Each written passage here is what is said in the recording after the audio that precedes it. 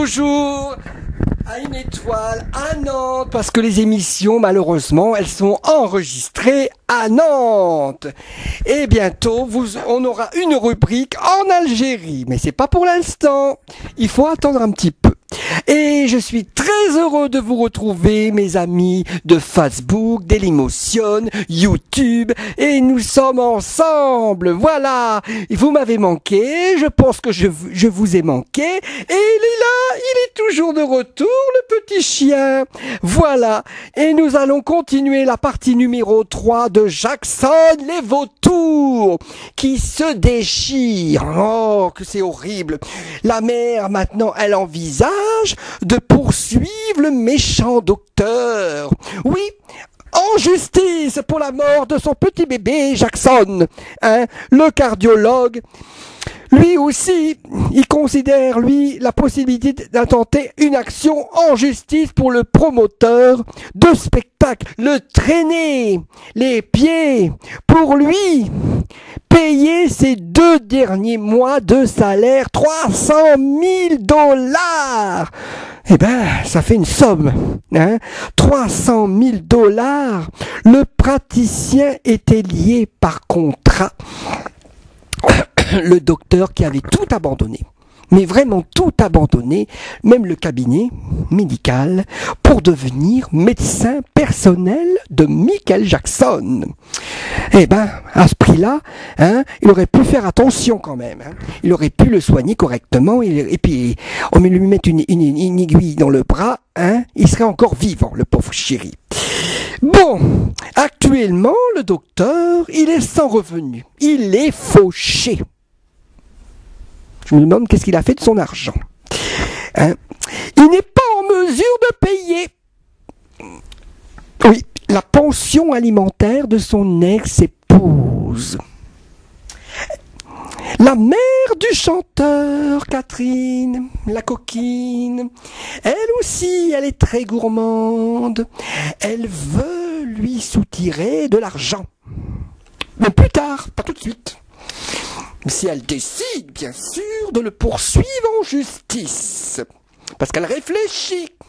Parce qu'elle est intelligente, Madame Catherine Jackson. Et Jeannette Jackson, la dingue de la famille, elle aussi, elle a déclaré dans la presse, parce que je l'invente pas tout ça, vous savez bien que tout est vrai, qu'elle considère le docteur responsable du décès de son frère, puisque c'est lui qui lui a ministré la dose fatale, pouf, d'anesthésiant propofol. Le docteur, il continue d'être l'objet d'une enquête pour homicide sur la personne du roi de la pop. Il n'a malheureusement pas, cependant, toujours pas été inculpé. C'est bizarre. La police de Los Angeles, ils sont un peu endormis. Michael Jackson rapporte plus d'argent mort que vivant.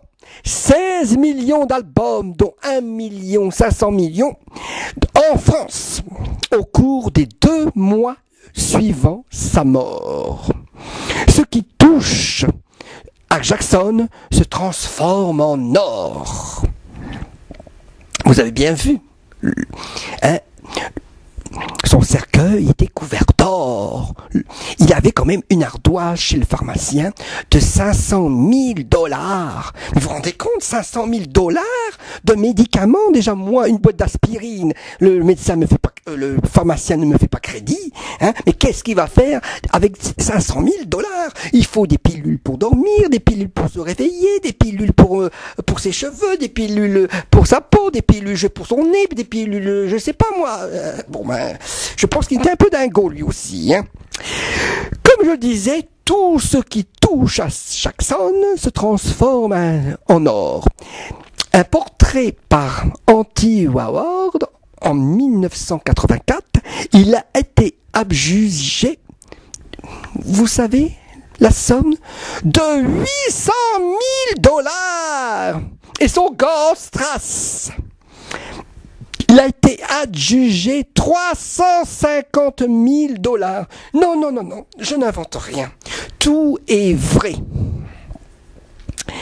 Joe Jackson, le pape, veut dire le papa, je me suis trompé, le pape, veut dire le papa, oui, a déclaré que son fils vaut plus que mort que quand il était vivant.